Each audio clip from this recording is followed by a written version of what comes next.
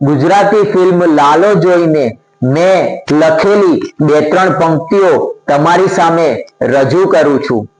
લાલો ફિલ્મમાં કહેવામાં આવ્યું છે કે ભગવાન શ્રી કૃષ્ણને ક્યાંય ગોતવાની જરૂર નથી, તે તો તમારા ખુદના અંતર્મનમાં જ રહે છે।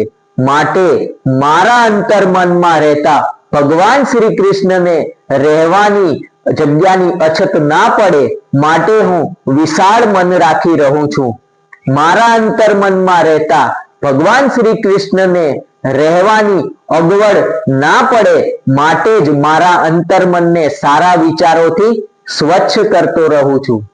મારા અંતર્મનમાં રહેતા ભગવાન શ્રી કૃષ્ણ મારા અંતર્મને દુખી ન થાય માટે જ મનથી મોજમાં રહું છું।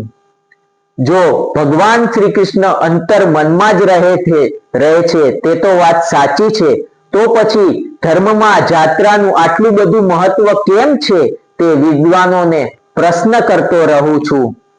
ગુજરાતી ફિલ્મ લાલો ખરેખર જોવા જેવી છે। તે જાણે મંદિરે દર્શન કરવા જતા હોય તેવી અનુભૂતિ થાય છે તથા ભગવાન શ્રી કૃષ્ણનો જાણે સાક્ષાત્કાર થયો હોય તેવી આંશિક અનુભૂતિ થાય છે।